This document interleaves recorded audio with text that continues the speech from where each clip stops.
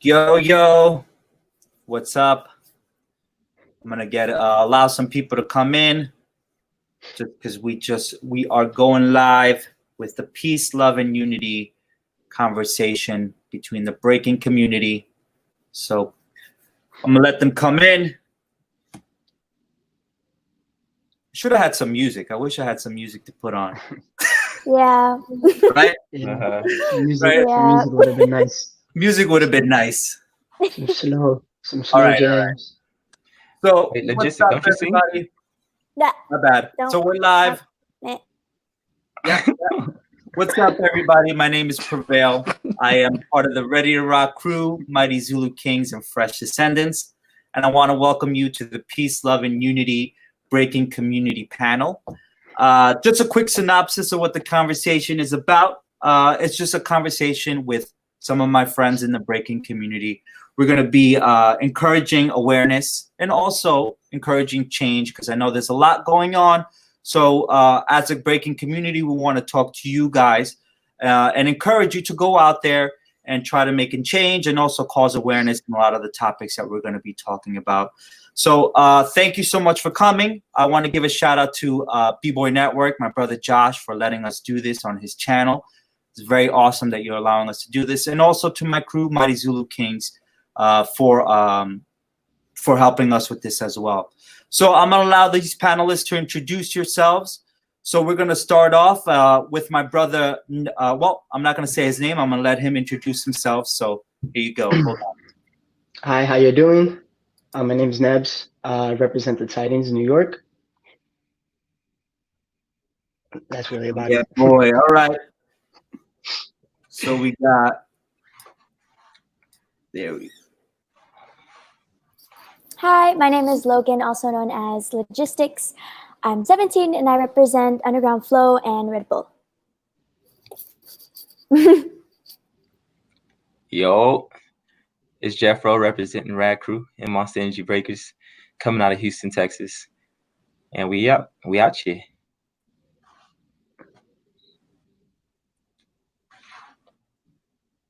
Canarus, that's you, What's bro. up? This is Canarus, and my phone trashed, so y'all just gonna be looking at this the whole time. Well, there he goes. There's Canarus for you.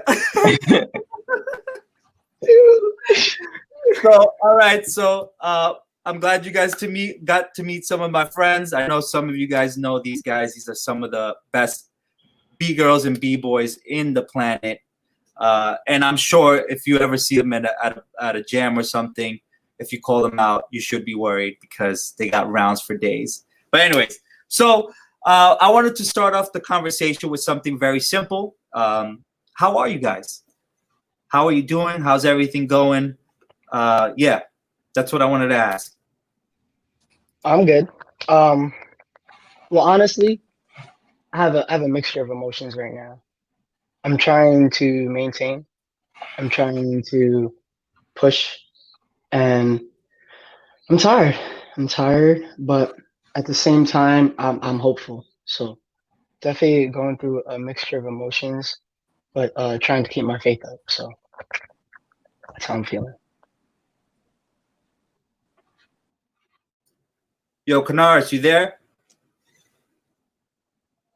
Well, we'll save Canarus for later on. Hold up. Thank you for sharing that with us, Nebz, by the way. Logistx, how you doing? I feel the same as Nebz. Trying to stay positive, but also not trying to be insensitive to what's going on. I feel like every day is something new, as far as what's going on in the world, what's going on in our communities. And a lot of it is disheartening, to be honest. So there's really no way to be insensitive to it. So yeah, I'm also trying to, like what Nebz was saying, just maintain, keep doing what I'm doing, but also figuring out how to spread awareness and enforce positivity through what I'm doing. But yeah, a lot of mixed feelings, but still, yeah, maintaining. Thank you for sharing that with us, Logistx. How about you, Jeffro? How you doing, brother? Man, I'm fine. And that's usually like the answer I'm gonna give. I never really try to let things that I can't control affect me. So that's always the answer you always gonna hear. I'm fine, because I'm saying this to let you know that I'm trying to control whatever it's happening. Because there's a lot of stuff happening with us right now. There's a lot of stuff happening with me, but I don't try to get to a state where I let those things take over me. So for the most part, I'm good. And, controlling things, like, it's nothing I can't handle. So For sure, I get that, I'm man. good. I get that for sure. Yeah, I get it for sure. But yeah, that's the reason why I think these conversations are important, because I think all of us in the community, as far as our community and around the world, are going through certain things, and we're just trying to encourage positivity. As far as for myself, I want to encourage positivity and also get to see some of your faces. I'm a fan of all of you guys. That's one of the main reasons why I asked you to do this, because I'm sure, like others, they're a fan of you as well, and they appreciate the time that you're taking to even just be on here and have a conversation with them, and kind of just say, yeah, I'm just like you, I'm going through things, and we got to fight what's going on together. I think that's important. But yeah, all right, so let's go on to some of the topics that I kind of wanted to discuss. First one, now, I feel like I have to share this just because I think it's fair. I think for this question, myself and Logistx are going to sit out. There's a lot going on, and we just want to be fair and amplify our darker skinned brothers' voices on this topic. So I hope you're okay with that, everyone. And yeah, so the first topic I wanted to talk about was representation of African American culture at dance and hip hop events and communities and whatnot. Do you think that we have a lack of it right now? And if there is, what can we do to encourage it or help it out in any way, as far as a community as a whole? Hold on, I'm gonna start with my brother Nebz here. Go ahead, Nebz. I do feel like we have a lack of it. When I travel around the world, it's rarely that you see other elements of hip hop, besides DJing, of course, being implemented in other jams. But there are some places that do have some of my favorite jams personally that I went to are where music was playing live, and you have a band there. You got the drums, you got the guitar, and it's just a different feeling. And it also, I think it brings the community more together. Now you have just different people involved into the breaking culture, and I think that's very important. Even when I've been going out to protests lately, or just walking and trying to understand and listen to people's stories, and also trying to educate myself as a Black male, because there are things that I also don't know and want to get more well educated with. In doing so, I've heard Black women in particular more so, and I really didn't know or understand the struggle, and that was through poetry. So it would be beautiful if somehow you can also have elements like that involved in jams. I don't know how we can make that happen, or what organizers or promoters we can talk to, but I do think if we continue to push forward for change as a group, as you can clearly see what's happening today, it's effective. So I say yes, more live music. I say more poetry. There's even a jam I went to recently where Nemesis was hosting, and he had Papoose rap live, and that was hella fire, in New York to hear Papoose rapping live. And then at the same time, the jam itself became more than a battle. It became a party, and the essence was there. And if you really want to talk about that, you can bring that back to like the Cool Herc days, where it was a party before it was just a battle. And now when you look at the competition scene now, the essence is not so much there. In the finals, everyone's gone. Everyone cares about the battle. People are sitting down, stretching. No one's really getting up and ciphering. No one's really partying. Sometimes the music ain't the best. And I think what we need to do to provide that change is help our organization, help our promoters, and continue to feed these ideas. So that way, I'm not going to a jam just to battle, but I'm going to have a good time. I'm going to party, and I think that's the real essence of hip hop. That's where it was formatted at, and that's what was happening. So I'm really grateful for people sharing that material right now, such as Nemesis. He's bringing us right to the source for that information, and it's helping people like me and the youth understand more so about this culture and what we need to do going forward. So I know there's a little bit of places doing it. I went to Doom Room. It was live music. It was beautiful. Everyone was having a good time, and it was more than just a battle. So I think we were talking about represent African culture in that sense. I think that's one way we can go about it. Totally agree, 100%. I think that was a great answer, and I loved it every second of it. Anyways, thank you, Nebz, for sharing that. What do you think, Jeffro? Yeah, no, I was glad that you even brought up that Papoose event that Nemesis threw. That was actually my first time doing a competition in New York. So just seeing that was like, oh, this is real. Like, this is real hip hop. It's not like the same if we go to a different event. So I'm glad that you actually brought that up, because the vibe, the feel is a huge, like it's what's showing now because of what is happening now. Like, for example, well, let me just state that there is a lack of Black representation in hip hop or in the dance scene.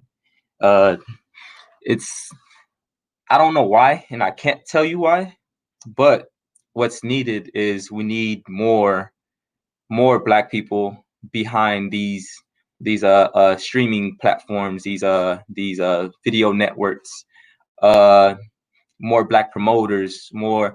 It's just the only thing I could really say is more Black, because if we let other people take it and run along with it, it dilutes it, and then to a point where there's a point of no return, and that's what it kind of seemed like is happening now. And now we're trying to take it back in a sense, but ultimately, it's been hand down so many times.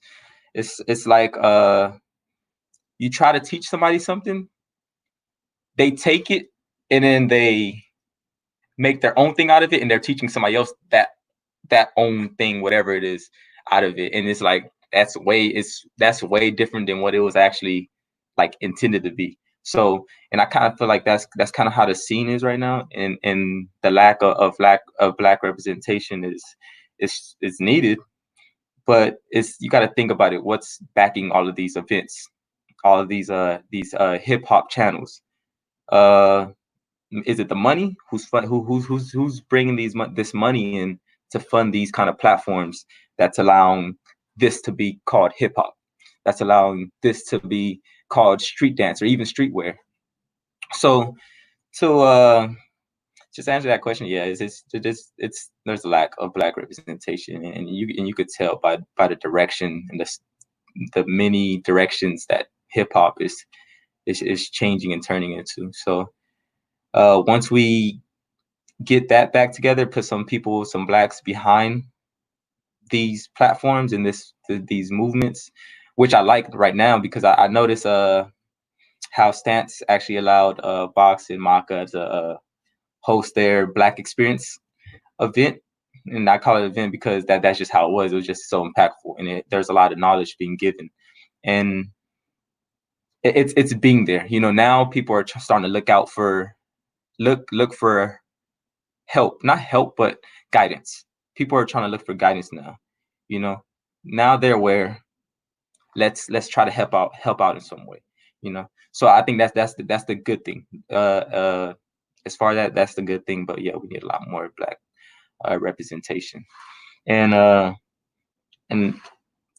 see in the chat Logistx. I mean, you could just talk whenever you want. I'm just talking, but if you have any questions, Go ahead. So, I mean, at first, I know we weren't going to speak on this, and I'm not going to speak on it. I'm more so just going to ask a question. Maybe this also goes for you, Prevail, too. But as a non-Black person of color in the scene, how can we, I guess, form allyship and continue to amplify your community in the right way? Because I think right now we're all, educating ourselves. We're all amplifying Black voices through media, what more do you feel like we can do? Or is it even, and I know there were times where it's like, don't ask your Black friends what to do, because even that in itself, is us not doing the work. But just as an attempt to form allyship, I guess, what do you think we can do so that there's more representation of Black people in hip hop?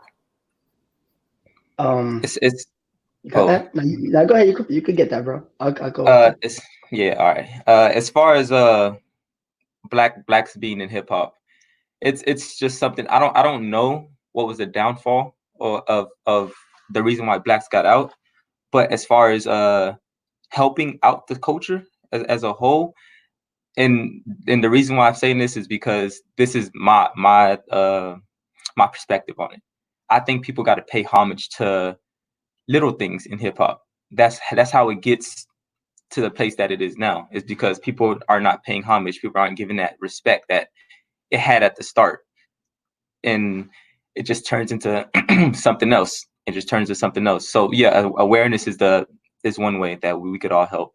And it's an easy one too. It's an easy answer, awareness. But I think more people got to pay homage to how it started. And then once people recognize how it started, then it kind of keeps those same elements and how it how it came about. So now it's just like led astray, and it's like, I don't know, it's just a lot going on in hip hop, and you could tell. Not saying that studio dancers are bad. No, I grew up breaking in studios and doing stuff too. I'm not against it at all, but I'm saying the lack of understanding and all of that kind of makes it the way it is now. And I feel like if people in the studio would, like, let's say, pay homage to this type of stuff, to the scene and the culture as a whole, then we would have a lot more unity other than separation and calling them studio dancers. Or, we could all keep it under one umbrella. That was my point with that. And I know, Nebz, you had something to say about it too.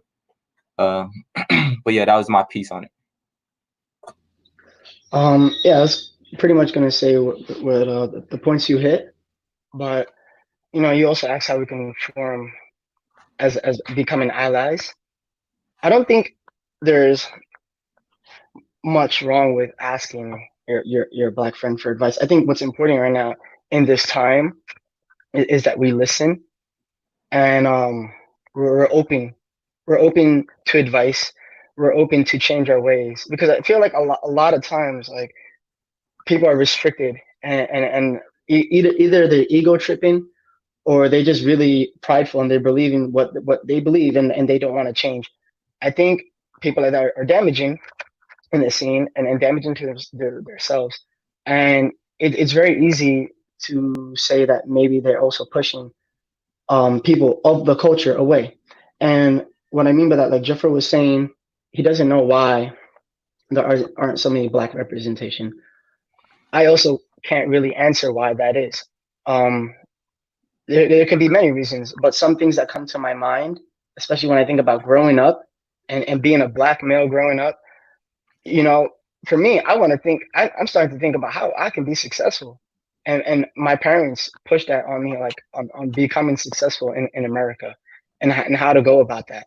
And I think a lot of the times when they look at this dance, and they don't see success here, or they don't want to put time and energy into something. And then more so if they're getting pushed away from it and negative remarks. So I think we need to be more positive and influence this art in general, that it is a positive change, and you can continue to grow as a person here and not have the weight of society force us to feel like we have to become successful. And I'm only speaking from my experience.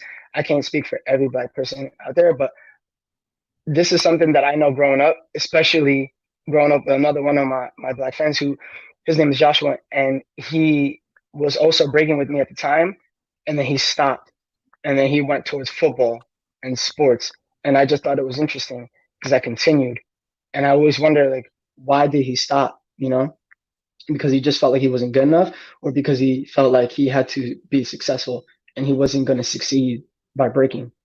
So I do feel like systemic racism has a place in this as well, and how it affects us. And it's I think it goes deeper than just dancing, and it goes back to like the history and understanding that it's hard to be black and survive in America. It's hard to be black and be successful in America, and it's even shown with celebrities now who are black and successful. It's hard for them too. I mean, granted they have money, but you know they're still getting pushback from society. Um, so yeah, I say we educate ourselves. I say we do the best we can. Like I'm educating myself, and because I know there's information I lack, and there's things that I don't know, and that I need to become more aware and less ignorant. So I say, as a culture and a community, we need to do the same. We need to become less ignorant and advocate for our brothers and sisters, and make sure that like when we are teaching, it's each one teach one. You know, we shouldn't be prideful in that sense of like about who we're teaching and how we're teaching. We should just give back. You know, we should serve. So this is how I think we can get other representation from the black community to get more involved and more loved and feel more welcome into what we've created, which is kind of crazy to say. You know, it's kind of crazy to say that we need to feel at home with something that we love. So this is just my 2 cents and my opinions on the matter. So yeah. Hope that answered your question, just somewhere in there. Yeah, thank you. So one of the things that I think you guys touch a good point on, and as far as for myself being POC, you know, I can only speak on my take on it, you know, is I think you're right. I think there is a sense, like even in my family, being Latino, being first generation here in the United States, being a dancer doesn't pay the bills, according to my parents. You know what I mean? They always kind of push that. They always kind of were like, you know, okay, you're doing this little dance thing, but what else are you gonna do? You know, but I think that also has to do with a problem in America. You know what I mean? I think in America we don't get funded correctly in the dance community. I think we don't have some of the luxuries that, for instance, like somewhere in France, where they kind of, from what I've heard, is they have a lot more financial help when it comes to the dance community. I think that's something that, as far as the dance community, we got to figure out how we can get that government help to kind of make us a legitimate profession, and also, you know, in the education system as well. You know, hold on. Oh, sorry, I was just reading some of the comments. But this actually goes right into one of the. Thank you guys for answering that, Jeffro. Thank you, Nebz. Is there anything else you wanted to add? Logistx, you're good. Everybody good? Good, perfect. So this actually goes into the question that I wanted to ask about financial literacy. You know, what can we do to teach members of our community to sustain careers in dance or other avenues? Now, I'll give my example. One of the things that I want to offer the community out there is I am a web graphic and web designer by profession. You know, the reason why I think I got into it is because I love the arts. I love artistic things. So that was, you know, when I was little, I would always draw and stuff like that. So it was very easy for me to kind of get into it. But I wanted to say, like, if anybody ever wanted to learn a little bit about graphic design or web design, whatever it is, I'm here for you. I'll, you know, whatever I can offer to teach, I'll do free workshops. You can hit me up. We can talk about it, because I think when it comes to career, even in dance careers, you know, to get sponsorships, you need a strong sponsorship proposal, and I'm able to help you build that. So as a community member, I'm offering it out there to everybody, that if you ever need me, you know, to help you in that type of avenue, I'm always here for you. But I'm gonna let my friends here kind of share their take on financial literacy and how we can get how we can accomplish that in the scene. Give me a second. So, I like this question because growing up, I didn't understand much besides breaking, and really relied on that. I think going forward, like especially where we're at right now, there's a lot of online classes, right? And people are getting help online a lot. And kind of what you were saying earlier about being a graphic designer, I think it should be bigger than dancing when it comes to holding workshops and teaching. You know, we should teach our skill sets. Like there should be workshops like, hey, Prevail's holding a workshop for graphic design. Sign up if you want to learn. And now this now inspires you more than just a dancer. Because like recently I've had the conclusion that, you know, dancing is a gift. And just as how we're gifted through dancing, I feel like we're gifted in many avenues, but we choose to just really focus on dance. And that's fine. I get some of us are passionate and we really want to pursue dance, but I feel like as a whole, we're much more than that. We're much more than just a dancer. We're much more than someone who likes to break and someone who likes to express himself through dance. We're gifted in different areas. And I think it's important that we explore those gifts. And I think it's important that we explore our talent and learn that, you know, we have callings in different areas in our life. So if I want to be financially stable, that I can also pursue dancing, but at the same time, I can go ahead and pursue physical therapy. And it's really up to me to balance that. Now, a lot of people don't do this because either it's too much or they want to have their area focused on one thing. But I think personally, at least for me from experience, yes, you can spread yourself out. Just be aware of how you're spreading yourself out. Be smart about it. Make smart decisions. Execute. Make a plan. Have goals, short term, long term. And I think this will lead you to financial freedom. And you don't have to worry so much about how can I get my money right to go dance. You don't have to worry so much about I'm broke and I want to travel and I still want to express myself. If you just take time to really work on yourself and work on your other skill sets, it can also in return work for your dancing. So there's people out there, I know some who are in the field of acting, some who are pursued dance full on, went commercial, but just don't settle and have this battle cap mentality where you just have to go out and be raw all the time and break and break, like be more. Like Jeffro, for example, he got break fit. You know, he's using breaking to his advantage and he's combining it with a different type of talent so he can execute, so he can help the community, but at the same time, still do what he loves. And then that's just one example. So I feel like it's very important, especially as Black males and women in this society, that we continue to strive to be more than just dancing. And we educate ourselves. Like I think that's like a big topic, education. But in this time that you have so much time to yourself. And you might even ask yourself before, like you didn't have this time, and now you have all this time to learn and pick up a new skill sets and new tools to continue to sharpen. Iron sharpens iron. So you can be more, you can be greater.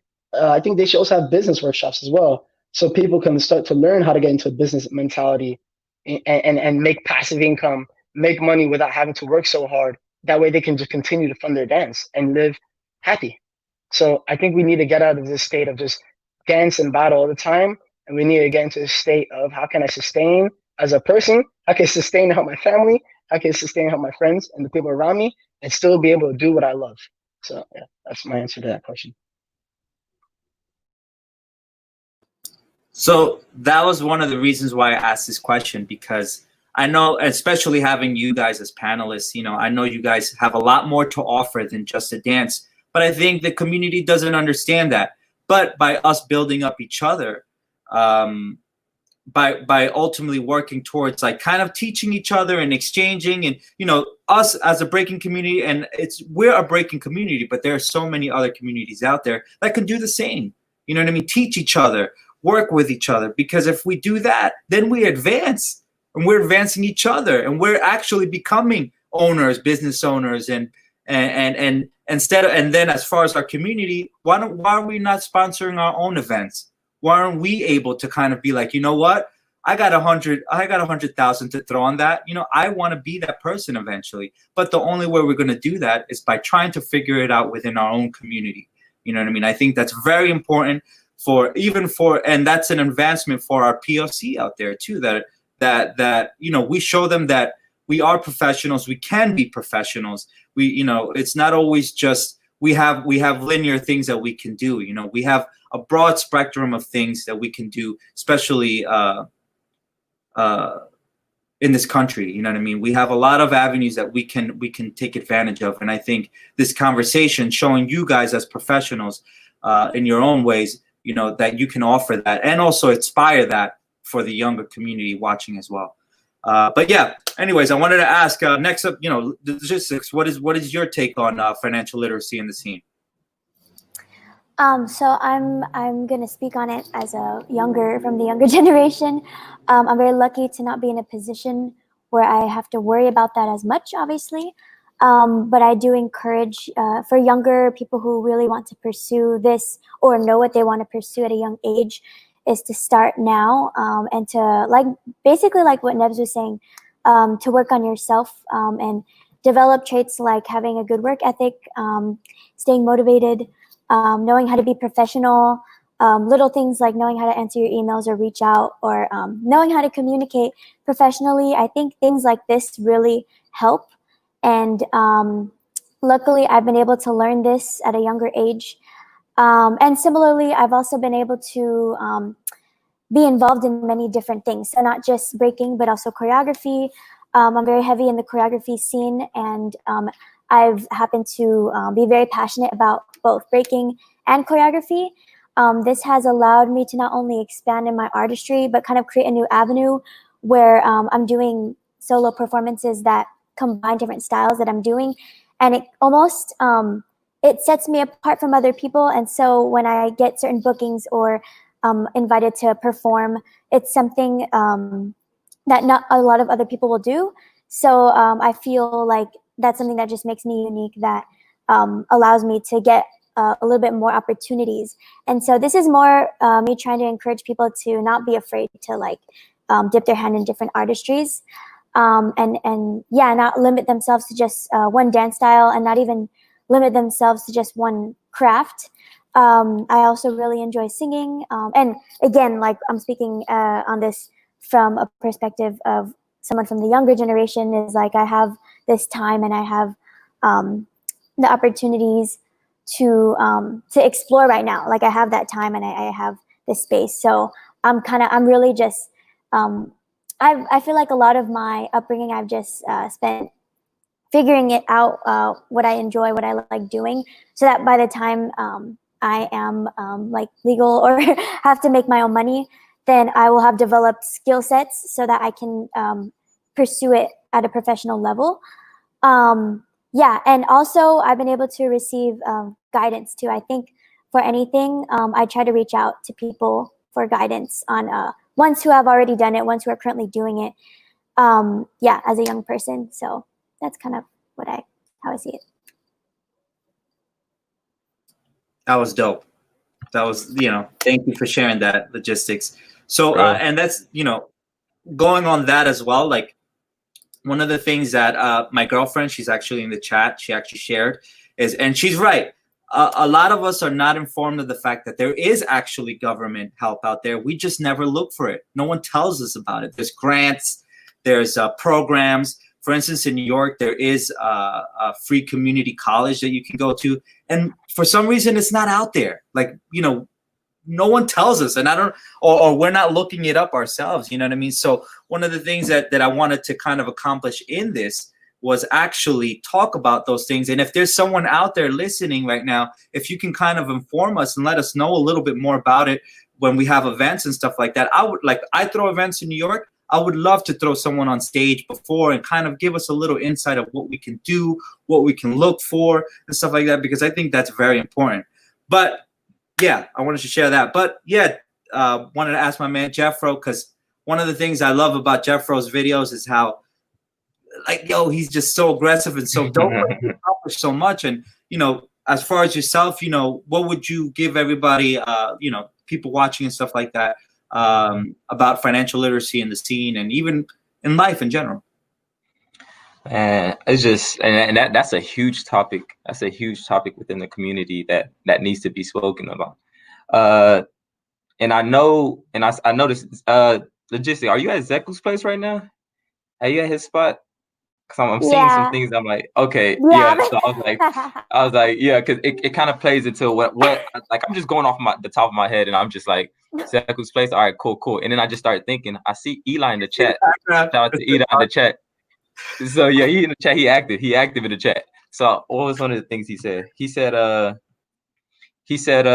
financial literacy being taught in hip hop, and then which is something that's missing, because I go to schools, I do educational shows and teach about financial literacies with different companies and organizations, and we try to teach them early on so that they don't make the mistakes that others had made in the past whenever they receive all this money, or so it's a lot about managing money or trying to make money. So when I seen Eli in the chat saying financial literacy being taught in hip hop, just for those that don't know, there's a lot of platforms, or a couple that I can think of right at the top, and is where Logistx is at right now, at Zeku's spot. He has a podcast called Breaking Business. So just to answer that question, Eli, Breaking Business is a podcast that Zeku started where he gets successful or business-driven, ambitious entrepreneurs working on their own craft and their own program, brand that's making it or heading in that direction. So, and it gives great insight about just how to make it on your own in different routes and avenues to take, as well as Break Free. Break Free has their podcast as well. He gives these free advice, just free game on starting your own business, your brand. And one thing I've learned just going through college, and because I majored in sports administration, and I have a business minor as well. And I've used that to my advantage in talking to companies. I know how to talk to them. I know how to put myself in their position. And that's kind of how you got to see it whenever you're trying to, let's say if you're going the sponsorship route, you have to put yourself in their position. What can they do for me? Are they a good fit? Once you could think about that and try to get that down, then that's when we're talking how Prevail was talking. You make that proposal. That proposal got to be based off of that company. So this is just some free game for y'all. So your proposal got to be based off of that company.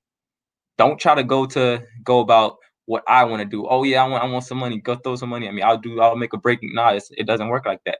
You got to try to match yourself and match them. How can you fit their brand? What can you do for them? And I think there's a lot of like people need a lot of guidance on this topic, because it's very broad. Financial literacy is very broad, and especially in the breaking scene, I feel like there's not really many people talking about it, and there's a lack of information being circulated in it, and that was just some general stuff that I know. But if anyone do want to learn a little more, just hit me up. I'm always on the chat giving people insight. I even helped out my friend yesterday working with a big brand, just working out how to talk to them, how to talk in the way that they want to hear you, and it's weird because they want to hear you speak a certain way. They want to hear you speak. They want you to present the ideas to them. They don't want to be like, okay, so how can you help? So literally, I do this all the time. I help out my friends. I don't really go out being like, hey, everybody come over here. So I'm honest with that. I'm not that open about it, but I am if you hit me up. If it's personal, you hit me up personally, then yeah, I reach out and I help out. But yeah, so if you ever see me, tap me, hit me up. I'm down to talk about it. Like I said before, I do a lot of these educational shows on financial literacy and just lifestyle. So yeah, so it's a very strong topic, but it's needed. For sure. So see, and that's what I wanted you to share, Jeffro, because one of the things, so as I said, I'm a graphic and web designer, but I work in marketing. And what I do for my company is I deal with the sponsorships here too as well. Now, one of the crazy things that I get a lot is, and they get mad.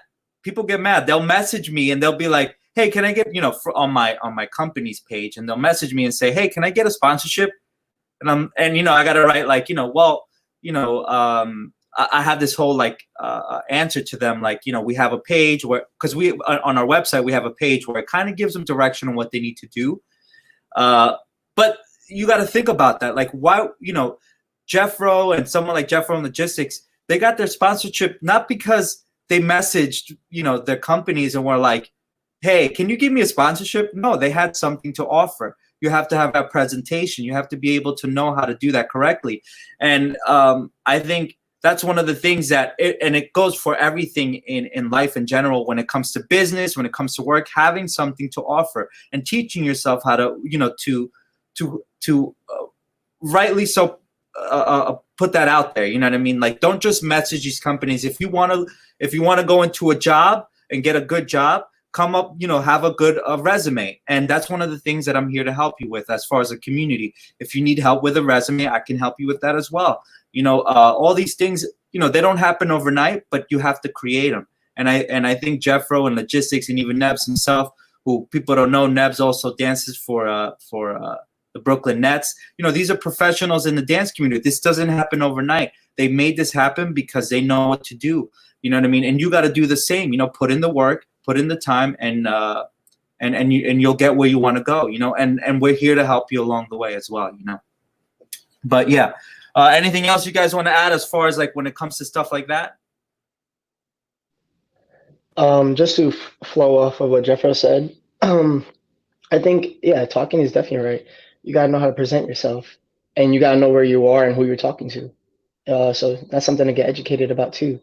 But I think more important than that is you have to understand the power of networking, understanding the power of networking and partnerships, and that requires to humble yourself and understand that you can't do everything by yourself.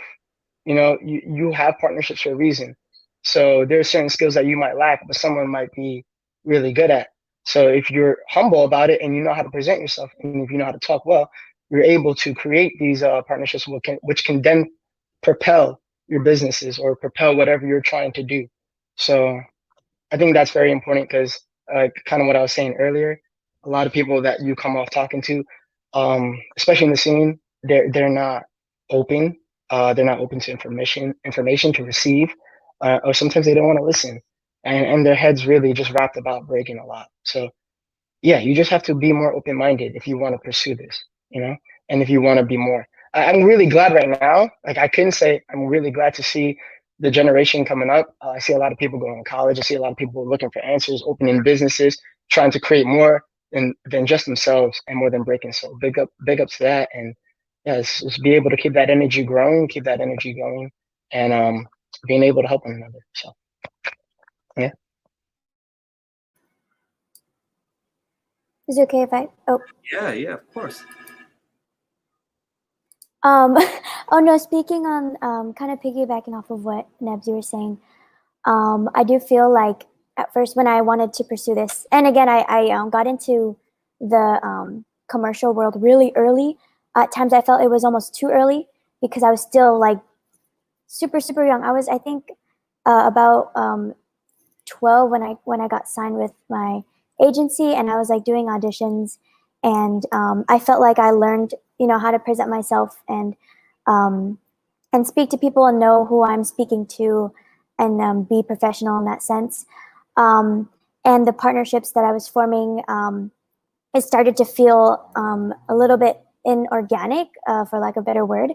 And so I think over time, I started to notice this. And as I got older and got to know myself a lot more, and again, I'm kind of like speaking to the younger people, as I got to know myself more, I was able to realize that I have these skill sets already of knowing how to be professional, but the partnerships I was forming later on, aka like now, feel more authentic to who I am as an artist. And I think it kind of goes to one of the questions in the comments is, how can we decide if a sponsorship is the correct route for the dance career? I think this is what I'm saying is more catered towards like yourself is, for me, the partnerships that I'm forming now feel more authentic to who I am. And I mean, to put in other words, I'm working with people that I actually enjoy working with, who also want to pursue the same things as me. but I realized that I had to kind of play that game of developing these skill sets before I could come to this position of having real partnerships that felt a little more organic. Does that kind of make sense? Yeah, no, for sure. And yeah, I did see that. I'm just now seeing that question. But you did that was perfect. You got to know if you're down to do it. And then are you equipped to do it? Because a lot of people, they think a sponsorship is just giving money and, I have money. All right. No, you gotta, like, are you ready to do it? Like, it's a job. Like, and for you, it has to match. It has to fit. Like, I'm not gonna be like, I'm a fast B-boy. I'm like a aggressive dancer when I'm breaking, So let's say Monster, the branding Monster, it would match me. But if I'm just like a chill guy and I'm like slow moving, like it doesn't match. So me personally, I wouldn't do just any company that I'm like, okay, let me just get some money. No, it has to fit, and they will know if it fits too. But yeah, like Logistx was saying, you have to be ready for it before, like, it's not just free money. You got to work for it, and you got to be ready for it, and that's just pretty much how it goes. But be prepared before you ask. Be prepared. Be knowledgeable in what you're gonna say and how you're gonna approach this whole sponsorship, because that could decide the business of, well, your plans with it, which is ultimately their plan with that sponsorship. So there you go. You're hearing it first from, according to Logistx, the old guys too, as well. He's referring to the younger. We're the old guys. Us three. Anyways, all right. So, all right, cool. Thank you guys for sharing, man. You guys are so insightful. I'm learning a lot. I hope everybody else is learning a lot as well. I think this is the type of conversation that I wanted to have. So that's why, to me, I'm very excited with what's going on right now. But so the next thing I wanted to talk about, and this is something that I've been talking about with my friends, even my girlfriend and stuff like that, being that she's a dance teacher herself, and I'm sure you guys are dance teachers as well. How can we actually teaching the actual history of breaking and hip hop at dance studios and events? Do you think that's important? I know there's a lot going on because, for instance, in some dance studios, they're going to be removing the word urban from their curriculums and stuff like that. I want to know how you guys feel about that, and yeah, where should we go as a community forward with that? Nebz? I think it's important 100% to teach the history of breaking and hip hop in dance studios, because the dance studios can be weird, especially depending on what studio you're working for, or if you even own the studio yourself. So in my case, I work for a dance studio, but most of the parents that bring their kids, they just bring their kids for an extracurricular activities, just something to do. So half the time I'm teaching, and most of the time it doesn't stick. They leave, and I'm just like, dang, that person had so much potential, or that kid could have been so nice, if they just stuck with it. So I think it's our job as leaders to inspire the youth. And that means doing a little bit more than just your job title. You're not just a dance instructor. You're not just someone who runs a dance studio. You're a leader of the community, and you're presenting this, and how they digest it matters. So if I'm teaching more, like sometimes for my students, I reach out, I send them things to watch. I send them things to educate themselves a little bit about, and more than likely, most of the time, I have them asking questions. Hey, the next time there's a competition, can I come? Can I understand what the world is outside of the dance studio? So you really just need to take them out of the studio format and introduce them to the culture, and let them know that, like, hey, there's a whole world out here that you haven't seen yet. Just think about it when you first started dancing. I remember when I first started dancing, I had no idea it was this big, and I had no idea there was more people. I remember bumping into people that did it at my age group. I was like, oh my God, there's a community. Like, there's people that really do this, So it was very inspiring, being young and having other people around me who was also young doing the same thing. So I say, if we help push our younger generation to do that. Like, I know there's competitions now, and you got the Kid Breaking League, and you got people really trying to advocate and push the youth to grow. And I think that's good. I think we got to continue to teach them beyond our goals and reach above. And that way, when they're at jams, they're looking at us for inspiration. Just like how, history repeats itself. Just like how we were going to competitions and we saw older people ahead of us, like, man, that guy's inspiring. I want to be like that. So I think we're next in line, and we got to continue to do just that. That way, when people are attending jams, family members, kids, youth, they have reasons to understand, like, oh, okay, this is bigger than what I thought, and I have a future here, and I want to continue to grow. I want to continue to be around these leaders. So I think that's how we can impact the youth. Perfect. That was great answer, Nebz. I think you hit a lot of the key points that even I have in my own brain. You know what I mean?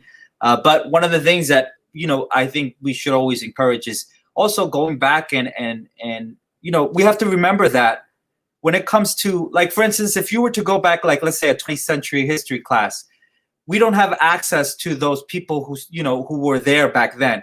When it comes to hip hop, they're still alive. I don't understand why we're not like, reaching out to our pioneers, having them give our insight. And that's what's lacking in the community, man. We have, when it comes to breaking, we literally have left them out recently. Like, and I'm talking about people that I know that, that are still there, like Dancing Doug, which Nemesis had an interview with, the South Soul, all these old school crews, TBB, they're all out there. You know what I mean? They're still willing to share knowledge. And that's the problem with our community and hip hop as a whole. We don't value our elders, and we have to kind of do that a little bit more. And it's up to us to have them be in the forefront of these events. They used to do it. Nebz knows they used to be around, and for some reason, something happened in the timeline, just like Jeffro was saying, where we lost the sense of that, and we got to get it back. I think that's my perspective. But anyways, Logistx, what do you think? Yeah, no, I do feel the same. I think I was coming into that same thing, especially within the last few years. So I've kind of noticed this weird barrier between certain generations, specifically like my generation and the older generations, and this lack of knowledge that a lot of my generation has. And I don't blame us, but at the same time, that's where I felt the need. Like, if I have these connections, like, I might as well start a dialogue. So I would reach out to people like Legs. I have conversations with one of my other mentors, Showtime, Stretch, Link, going to their classes, listening to their interviews, getting as much information as I can. And I have been honored to be able to have live discussions with them too. And I felt like this year I wanted to do more with my platform where I'm educating, because I know I have such a young demographic that I think a lot of these people may not know what the heck I'm talking about when I'm having these conversations. So I was able to have a live discussion with Legs on the Red Bull channels. I had another live discussion with Showtime. And then I forgot who, but yeah, just making sure there's more dialogue between generations and not being afraid of that, because often I notice sometimes, not in all cases, but in some cases, we look up to you guys and the older generation so much that we're almost afraid to reach out. So I'm kind of like, no, they're still here, and they're a book of knowledge, and we might as well get as much as we can so that the future of this culture is in good hands. And so I felt the need to kind of take on the responsibility to act as almost like a bridge between these generations. In this scene and also in the other communities I'm involved in, I just found myself having conversations and not being afraid to reach out. And if there's any younger people watching, I encourage you guys to also reach out to the older generation to just have conversations and just talk. And sometimes just a conversation, you could just learn so much from that. So I really want to encourage that. I wanted to share an example recently of, because I also teach. I'm teaching this student from New Zealand, and she's like a 12-year-old B-girl, and she just started. And with all that's happening, I didn't want to not mention it. felt it was so relevant. So I took out like 25 minutes of our private session to just talk to her about what's going on and explain to her why it's important that we should be aware of it, even though she's young. Not telling her to like go out and like go to every single protest, because that's, you know, dangerous for some younger people, but to at least for her to be a student, educate herself and stay aware is enough for her to do right now.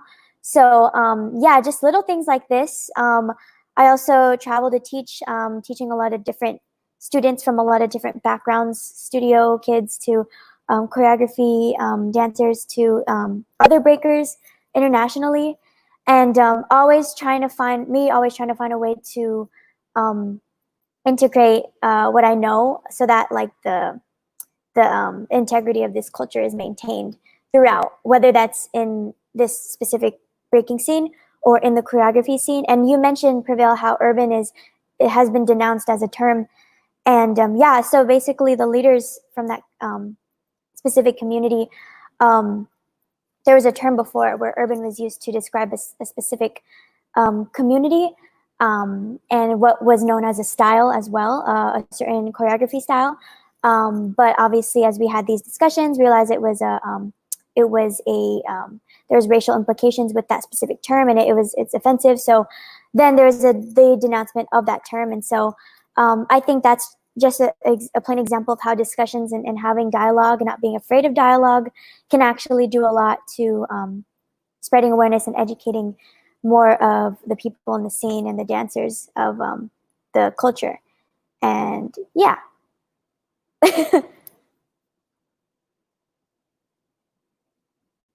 That was dope. That was dope. Yo, you know what's crazy? Like, Logistx, when I was your age, I was so, like, you're so articulate and so well-spoken. I was so dumb at your age. No. You know, you're very inspiring. Time. How you put things together and how you think, you know, you're very inspiring in that sense. So for sure, man, thank you for sharing that. Now, yeah, for sure. Now, one of the things that I was actually discussing about this exact topic with, again, my girlfriend, because my girlfriend's my best friend, so I kind of share everything with her, you know what I mean? But one of the things I was saying that what we can do, because even in for instance, applying to urban, you know, as a title, you know, one of the things, you know, and I'm not sure if this helps in any way, but one of the things I wanted to implement is kind of making a certification for some of these teachers, you know what I mean, that teach at these dance studios. What I mean by that is having some of these older generation dancers kind of come in and actually teach classes at these dance studios and teach them the history of hip hop, teach them the right way, you know, because a lot of these studios, they'll hire an instructor who doesn't really know anything, you know what I mean, doesn't know the history, you know, kind of just, they know choreography, you know, no disrespect to the choreography scene, you know what I mean, but look at Logistx, for example. She did her work, you know what I mean, she's out there teaching, but she could also teach you about the history of hip hop. How come some of you teachers can't? You know, that's unfair to the people who are putting the work out there, you know, who are going there to actually go and learn, you know what I mean, and put the effort in, you know. And I think you should do the same. And I encourage these dance studios to do the same as well. Man, make an effort, you know what I mean? You're out there teaching hip hop, make sure you're teaching the right one. I think that's why another term was used is that there's a lot of dance teachers that don't necessarily teach hip hop, but they teach choreography. And I think that's another issue or problem I could say, is that they're obviously profiting off of it. But I think that's why there is a different term that was created for it, so that it's not like, oh, they're teaching hip hop, but they're actually not teaching hip hop. They're teaching choreography. And I think that's another very, very this and a whole nother discussion, but another problem that's happening is like, I see it, and that's why in my position I decide to do what I do. I decide to make sure that my students are being educated and knowing what they are doing, like knowing what culture they are celebrating when I'm teaching these classes. And yeah, and it's something I try to discuss with other leaders of these communities who are teaching choreography around the world and profiting off of this. But yeah, that's definitely a whole other thing. Well, so, before, because I know we all have, I wanted Jeffro to kind of I know Nebz. I know Nebz is ready. Nebz is Yeah. ready. He got the I have to say something real quick. Wait. Sorry, I just have to say it. What do you? Well, I want Jeffro to kind of say his piece because I know he has something to say too. And then for sure, if it's okay with you, I'll have I'll bring you in right afterwards for sure. No, that's fine. For sure. Nebz, you gonna get your turn, boy. Hold up. Hey, so Logistx, you on point with it. You on point with it. Cause like I mentioned earlier, I've always been in the I'm gonna just quote it as the studio scene. Cause that's kind of where I picked up dancing. So I'm not against them at all. I'm not against these studio guys. It's the problem is how it's been changed so many like over so many years, and the knowledge they're not really getting the knowledge. I remember I'm talking to this studio owner. I'm not gonna name the studio, but it's in Houston. But as the studio owner, he was like he was talking to me and he was like, yeah, I'm gonna just say we're not doing hip hop. he just told the whole branding is a hip hop dance studio. He was like, I'm just saying we're not doing hip hop just because none of these dancers know anything about hip hop. Like the elements, anything. They don't know anything, but they're considering themselves as hip hop. And this is a studio owner. He runs this. And he was like, yeah, we're not doing hip hop dance. We're just doing something. that's literally what he told me. And I was just thinking about it. I'm like, it's crazy because even still, I don't knock the dancers for that. I knock him for that. I knock him for having the studio and not being able to have teachers that can actually educate on hip hop. And the way I kind of see it is when I came into picking up breaking, I didn't come into breaking saying, "Oh, I'm gonna learn about the history." No, nobody do that. Whenever I came into dancing, I looked at it from the athleticism like perspective. I'm like, oh dang, this guy is doing this. Like I'm into the flashy stuff. So that's what brought me in. I didn't think about history. Who will? You think about basketball. Ask basketball players. Who created basketball? You don't know. I mean, I know because I researched sports, but nobody knows like James Naismith. He's the creator of basketball. But these dancers, they're looking at it from that same basketball perspective. They're like, oh, this is flashy. I want to learn how to dribble. I want to learn how to dribble. I want to shoot. I want to do this. But they're not thinking like, oh, well, I need to learn the history. So that's why I'm saying I don't knock them.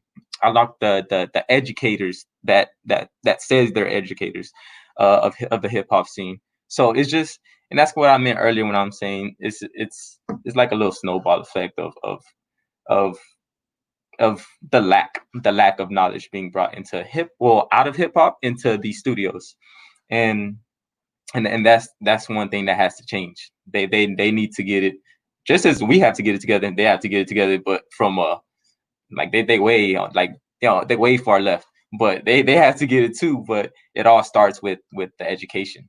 If you don't have the knowledge on it and you came for the flashiness, then that's all you're gonna get. You're just gonna get the flashiness of it. So, and I'm gonna let you speak, Nebz. I know you want to say something. You go ahead.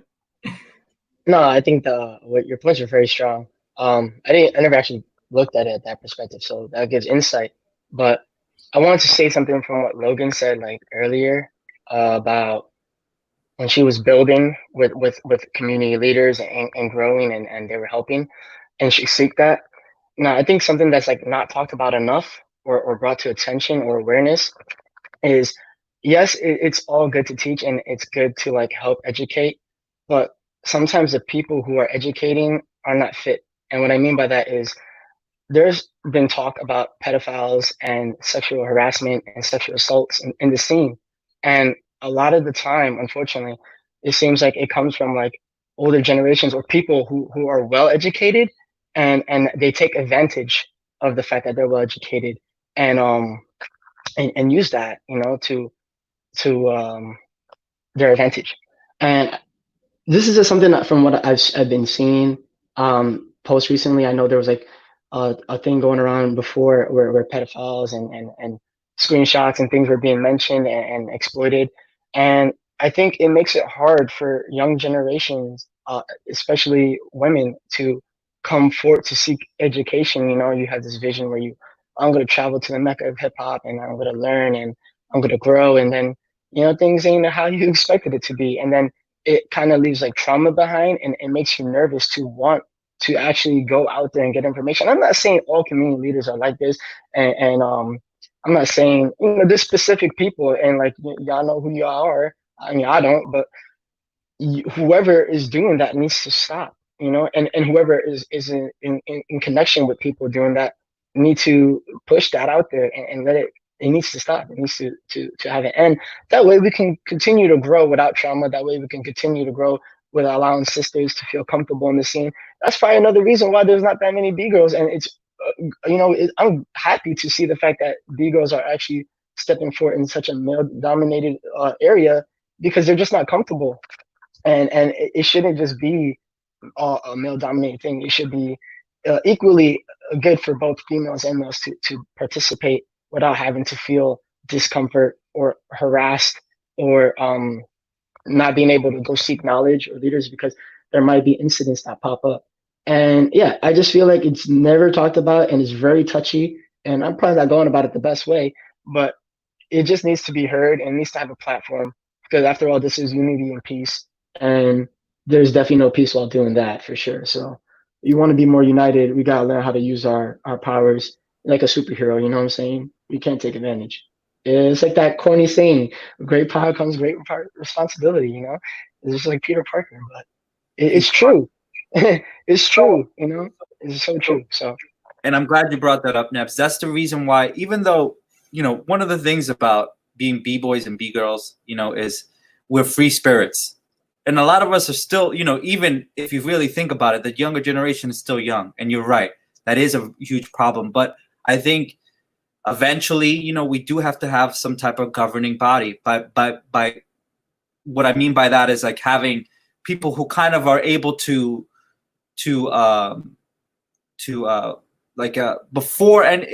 we have any instructors or anything like that, they go through a screening test. They go through a lot of these things that regular jobs have. You know what I mean? These regular jobs have these, you know, that's why I mean like having certifications and stuff like that. Like before they could even go into a dance studio, let me see that dance certification from New York City, you know what I mean? And they, oh yeah, and that kind of is a screening way. And the same thing in every state, it should be like that. But we need a governing body to kind of see through that, you know what I mean? But I think that's something that you know, it takes a lot of effort. But I think, and talking to some people and some of the community leaders, it's in effect. It is happening. But I think this is, you know, having a governing body will help us in a lot of ways. You know what I mean? But how we do that, I don't know. But it's possible, and I hope that this conversation is part of the efforts, you know, in some type of way. And hopefully these elders of ours are listening and can kind of take this in as well. But yeah, that's my piece on it. But yeah, anything else you guys want to add as far as to this certain topic? No? All right. So just moving on to the next topic. So I know, well, so I wanted to kind of talk about this one. I know this pandemic, and I know you guys are, you know, have a lot, because we were talking about this before, actually, guys, everybody listening. So this has taken a toll on our mental health, this pandemic, a lot of the things going on. Is there any suggestions that you have for the community on how to take care of themselves mentally and physically during these trying times and beyond? We're going to keep it with the... Oh man, that's another big topic. There's lots of ways you can go about this. Personally, for me, I've been reading a lot, and I've been trying to sustain in a higher power, something more than, because I can't handle sometimes all the weight that life has to present to me. So I've been seeking more spiritual guidance. I've been reading the Bible. I've been trying to understand self more, and I've been practicing yoga and just a lot of different forms of meditation or self-guidance.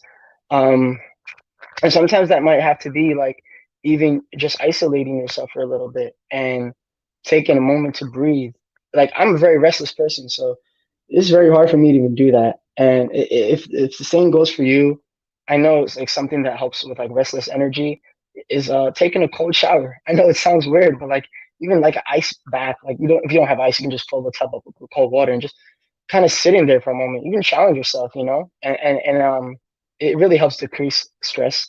Especially if you're breaking all the time, it's really good to heal as well. You know, ice down, cool down. But yeah, a big part for me it was listening to other spiritual leaders talk sermons.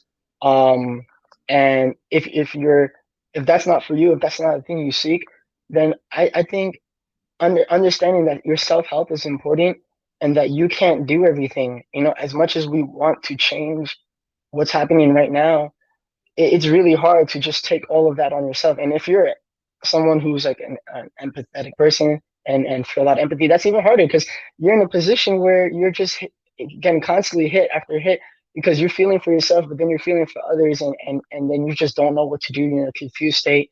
The best thing you can do is take care of yourself because you can't help anybody if you're not helping yourself. You can't really create change if you can't really sustain. So find methods that sustain you. For me, like I said, it was reading, it was being alone, it was even some source of enjoyment. Maybe sometimes I'd put on like something funny, watch maybe a comedy skit, and just remember to laugh. That joy is important. That it's good to laugh, and you know you release type of energy by doing that. If you really need help and you really feel like yo nothing's working for me, try seeking therapy. I know it's not really like talked about enough, but that's another thing. Mental health's a big issue, and instead of laying down what you feel on a friend, there's a lot of places you can go seek a personal therapist where you can talk to, and even online, virtually, and just release all of these things that you're feeling. You have a safe place to do so, even things that you don't feel comfortable talking about. So if financial stress is a thing and you can't do that, well then you can write. You know, you can write. You can have a journal. You can write down what you're feeling. And if you're like me and you feel like you need to speak, then yeah, just maybe talk out loud. It don't have to be with someone, you know, you can just talk out loud. And then these all seems weird, right? It all seems like weird methods to use, but personally, these are all things that have helped me.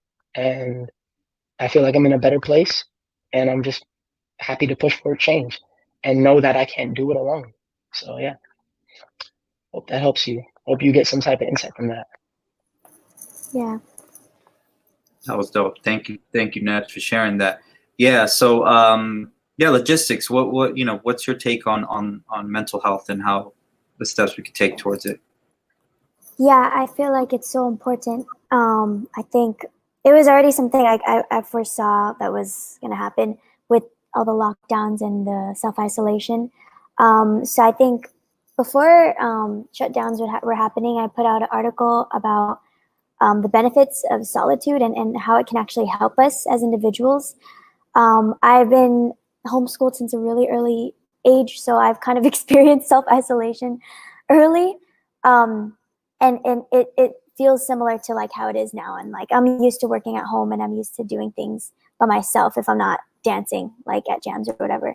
And yeah, and I felt the need to keep reaching out to my people and my friends and family. I think that's one thing that helps a lot is staying connected with people, checking up on them. I like to send out texts or just randomly FaceTime a friend or family member to see how they're doing. And obviously using this tool and technology that we have now. I've been able to, before lockdowns happened, I actually moved to Florida. And so I've been going outside a lot. And honestly, that helps so much. Just being able to get sun and breathe real air and even just taking a walk or going for a jog, working out outside. I've been dancing a lot outside. Personally, it feels better. It feels better for me physically and mentally, emotionally and spiritually. Yeah. And then I'm with you on the journaling tip because I've been also journaling every every night, and it's good to release and to like with no filter too. If I'm not like talking to someone, I like journaling, and I think it's good because it not only helps as another outlet, but it's also to record what's happening right now because it's such a historic moment in the world. So I think journaling's really good. Breathing, to be completely honest, just taking time to breathe. If I'm like working, and let's say I'm doing emails or I'm doing work, and I feel myself starting to get stressed out, I'll just take like 5 or 10 minutes to like step outside and breathe and just not do anything. And I guess you could also, that kind of also ties into like meditation and and purposely taking time out to literally have no agendas. And that was also hard for me because just like you, Nebz, I'm often restless and need to be doing something all the time, and it causes a lot of anxiety. So I purposely, with the help from my mom too, because she reminds me, would take out time, like half a day or sometimes a whole day, to just not have any agendas.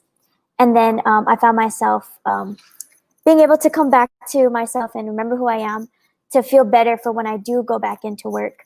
And then when I dance or when I work, it feels better, and I can actually stay focused and stay present in what I'm doing.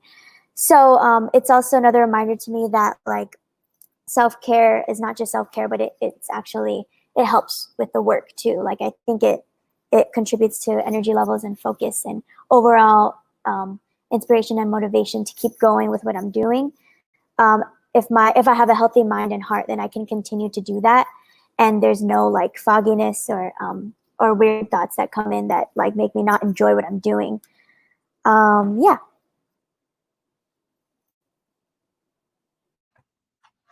Oh, Yeah. I So was on mute. Wait.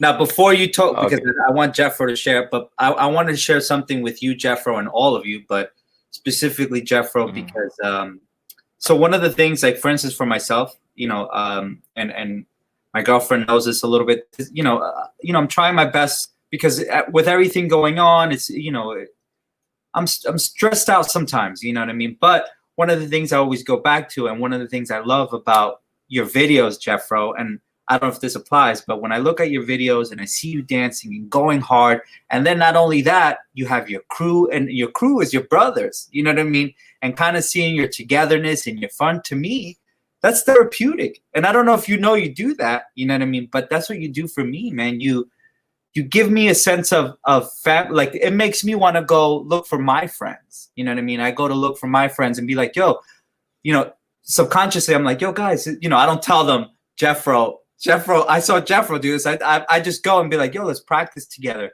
Let's train. Like, that's why I posted the video yesterday, because I got to practice with Emerson and Manny, and those are my my crewmates, my friends too, as well as Boyo and all them, and Born and stuff like that. I got to build with them, but that came from you and being with my friends and talking and sharing with them. Kind of relieved a little stress. They told me about their stories and kind of getting closer to the people around me. And that came from inspiration from you, brother. And I thank you for that. And I think that I wanted you to know that because, sometimes people don't know their impact, and I hope that you know that you gave me that during these times. Man. Thank you. For real. Thank you. I'm glad to know I could be in some, that positive light without even knowing it, Yeah. I just be, I do what I feel. Sometimes people be hating. I'm like, what? I do what I feel. No, but yeah. I'm glad. I just express myself, and hopefully that energy is shared, and we could all express ourselves in whatever way that is. And that's one of the reasons why we all chose dance, right? And if anything, and I know I know the topic was it shifted a few times, but if anybody needs spiritual guidance or just the BBOY Jesus, just look at Nebz.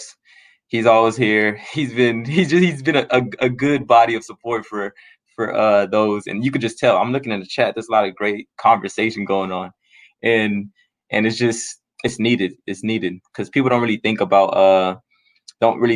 others' mental health, which is really something that's been coming up a lot in my life, not specifically to me, but people around me. So, so I started to, dive into that a little more. And, like Logistx said, be around people, like all y'all said, really being around people reaching out, all these things, all these little things, those are big. Like, it's actually big things. It's small, but it holds weight. And I just think it's needed, especially in a time like this where you're supposed to be social distancing, kind of being isolated. So yeah, I would just say, try to use your resources, use what you have, reach out is very important. But on the topic of how Corona, what are things people can do as far as, this outbreak? Yeah, stay on top of your craft. Focus on yourself, not only, but take some time to focus on yourself, clear your agenda, as Logistx said, and just take that time and just work on yourself, help others. And one thing I did want to say was, what was I gonna say? I forgot what I was gonna say. It's good conversation. That's why I'm forgetting what I'm gonna say. But no, it was try to use this time to adapt to what could probably be the new norm, because we don't know how long this is going to take. We don't know if it's actually going to go away, but things will never be, I believe things will never be the same. So I would take this time to just adapt and get acclimated to what might be, what this is, So and one way you could do that, going digital, whatever it is. If it's business, start thinking of business ideas to go digital. Things aren't the same, and that's one thing I have to say. But yeah, that's pretty much all I have to say about that. Like I said, hit up Black Jesus, Nebz, Breaking Jesus, all of that. He has all the questions. He has all the answers and the questions that'll help you get right. So come on. Awesome. Thank you for sharing that, Jeffro. So yeah, for sure. But yeah. So to move on to the next topic, I was gonna say something, that's why I kept saying yeah, but then I'm like, you know what? Let's just move on. So we're gonna end it with this one, just because we're hitting our mark that we wanted to do, and we all, even though we would, we love doing this, we do have lives outside of this, outside of the BBOY network box that we're in right now. So we do want to kind of end it soon. But the last thing that I want to ask, and the last topic that I want to do, and you guys answer it to your best of your ability, is okay. So what does Black Lives Matter, the movement, mean to you? And how can the break-in scene contribute towards creating awareness? Now, I know this is a tough one, but answer it to the best of your ability. And yeah, we'll move on from there. So I'm going to start off with Nebz. Go ahead, Nebz. Another big topic. Man, I have so much to say. I don't even know where to start. I guess obviously this movement is really important, as you clearly see with June 19 now being a holiday, which is something that should have been, I think, a long time ago. And that was great. I went out yesterday and I celebrated, and it was amazing to see so many brothers and sisters unite and see passion in people's face and excitement to finally be just to be heard, just to finally be recognized as equal, if that, Can you imagine joy just for being recognized? Yeah, it's crazy when you think about it like that. But so obviously this movement has impact, and when it comes to the scene, there's something that's been going around, and I think is just the best way to say it, is you just have to listen. And that's really all I can tell you. You have to be open. You have to be willing to put yourself in a position of understanding. And I know that's hard, because we all come from different cultures. We all come from different beliefs. We all come from different backgrounds. We were all raised differently. So now you're challenged. But just like anything in life, when you're challenged, when conflict presents itself, you have choice, right? So what you do matters. So you don't just sit down. You have to face these challenges in this real world right now. And the one thing that comes to mind a lot when I think about it is you can't be in comfort and have growth. It's just not possible. You can't grow while in comfort. And like a good example, like for the breaking communities, you can think about when you're learning a move, You probably fail a lot before you get it. Maybe sometimes you get it quickly, but sometimes you fail over and over again, and your discomfort. So maybe you go back to like things you usually do. But if you want to grow, you have to go past that discomfort, and you have to go past that in order to create change. And I feel like it's the same thing with this movement. Like I see a lot of things on the feed, and honestly, yeah, it's hard not to get emotional or feel bothered. You know, I wish it could be like Jeffro and be like, it doesn't bother me, but yeah, I feel it. And when I see people ignorant enough to post things like, and this is in the scene, you know, and they're posting, like they're open about it, and they're saying things like, I'm tired of this movement. There's someone I saw from San Francisco post that, I'm tired. Can we go back to default, basically? You know, people are comfortable and we need that. If you're discomfort, I'm glad. I'm glad if you're not. I'm glad you're in a challenge place. I'm glad this pushes you because this is what we need. And if you want change to happen, this is what it looks like. You know, it requires you to be in that discomfort state. It requires you to be open. It requires you to listen. It requires you to sit down at the table and just open your ears and try to receive what we're giving.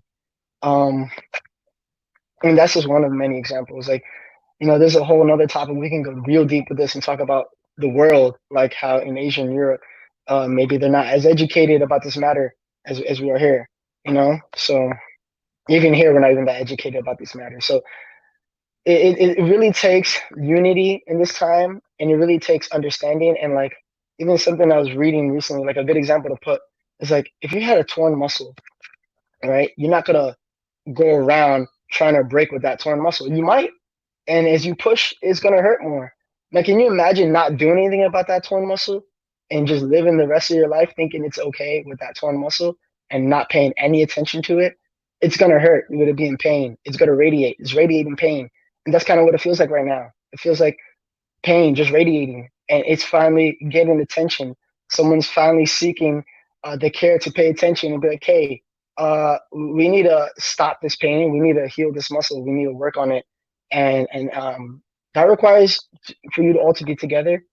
Another good example is like, I think about it like as the body, I guess it's like from physical therapy, but it's also from the Bible. There's like things from there too. But like, you know, your hand is just as important as your feet, right? The hand's not going to be able to say to the feet like, oh, I'm not going to help you because you're less important. You're still one body. You know, you're still one body. And it's the same thing as a human, as being human. I'm black, you're white, Asian, Spanish, whatever the case may be, purple, I don't care. Like, you're still one body. You're all human, right? So we got to drop everything in that sense and learn how to be human. Don't have a callous heart, you know? Don't be hard to this issue. Come to it with a soft heart. Come to it being open and being able to put yourself in a vulnerable state and ask yourself, really, well, what can I do to further contribute to helping another human, not breaking, just helping another human have their place on this earth and realize that we are all equal and that we all deserve the same love. So I can go on forever, but yeah, I just want to bring more recognition and let you know that like, this ain't something for the week. This ain't something for the month. This ain't something for the year. You know, this is something that's going to be everlasting. It needs to be a change, and it needs to happen today. It starts with us. You know, our ancestors faced it, generations before us faced it. So what are we going to do today? We are the current. So what are we going to do to help protect our children's children, and for them to grow up in a safer place? Yeah, I'm not going on, but let me chill right there. I'm going to have you digest that. That's awesome. Digest. Thank you for sharing that with us, Nebz. Yo, if I could ask the same to you, Jeffro, what does the Black Lives Matter movement mean to you, and what can the breaking scene do to contribute towards creating awareness? So, Nebz, you really hit it, because exactly what I'll be telling people, you just said. It all comes down to listen. We're over here screaming. We're screaming. This is happening. This is happening. You can't retaliate with more of what we're arguing or what we're trying to fix. It's like you're putting fire on fire when the movement is trying to take all of this away. So I feel like the reason behind it and the reason why people feel like, no, we're not getting anywhere, is because they're not listening. They're not listening. It all comes down to listening. people are crying. You're not listening. Like doing all this policing isn't gonna help. And that's one thing I just want people to understand, that because that's what the movement all comes down to, is just listening. And I know, Nebz, you said you wish you could be like me and just not really care. No, it's not like that. I don't. It's not like I don't care. So you made me seem like I was insensitive and just heartless. But no, it's kind of like where I came from. So my family, we're from Haiti. So the lifestyle over there is not the same over here. People act way differently over there than over here. We're super, like over there, people are poor. People are super poor, like dirt poor. But I'll tell you, their reaction to things are way different than people in America's reactions. Things are. You go to Africa, same thing. Any spot, like let's go to the poorest spot in Africa.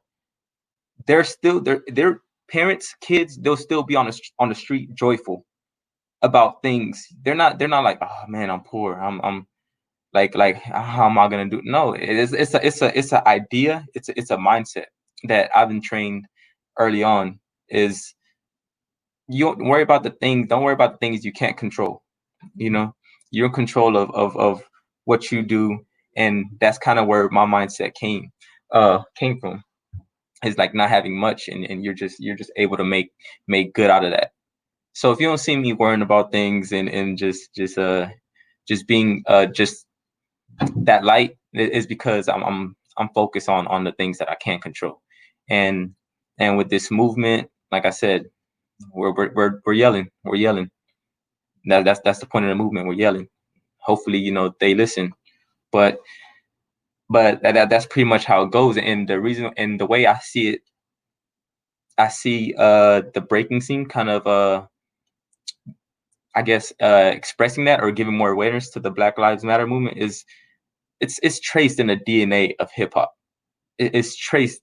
It's black. It's black. So how can you support breaking and be involved in breaking, which the hip hop scene, but you can't be involved in Black Lives Matter. Just the general Black Lives Matter. I'm not talking about donating to the foundation. No, I'm just talking about the general Black Lives Matter. So if you're gonna do that, you have to support the movement. You have to. If you don't, then I don't know why you're in the scene. I really don't. You have to support. If you chose to be a part of this Black culture, then you should be a part of the movement. Like you can't just pick one. You can't pick one like that, and that's really how it works. Thank you for sharing that, Jeffro. Appreciate that, man, for sure. And just to let you know, just being here and having this conversation with us, you're doing your part. You know what I mean? I know some, and I mentioned this before. I know having conversations is uncomfortable, but just like Nebz said, we have to be uncomfortable. This is the point of it. You know what I mean? We have to talk about these things. If we're hiding behind walls all the time, nothing's ever going to get fixed. So definitely, I get it for sure. But Logistx. No, yeah, I personally don't think there's much for me to say except that I'm listening. I've been in discomfort the past few months, just learning and listening and wanting to be more aware and know how I can continue to educate myself and know how I can continue to help. The good thing is I've already known about these things, these injustices before the movement has happened. But I think with everything happening, it's everything is coming to the light, and people who I guess are not aware, obviously being called out.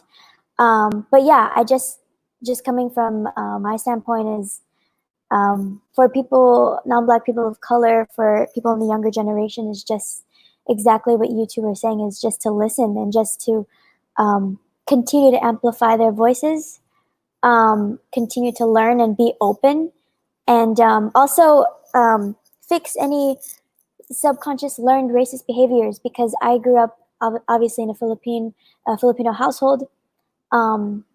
and I've experienced family members who are model minorities, and having these conversations are very uncomfortable for me because it's people that I love, obviously, people in my family. But it's like having to fix these things in the closest circles for me, on top of continuing to listen and continuing to educate myself, has been the things that I'm doing. Yeah, and just honestly, every day is honestly a learning process for me.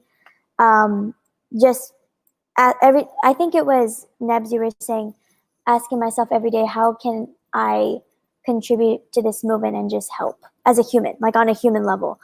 And then naturally it would, I'd integrate it into my art. And I think it's natural as artists. Oh, that's another thing, is to remind artists out there to not be afraid to use our art to do this as well. Use our platforms to spread awareness.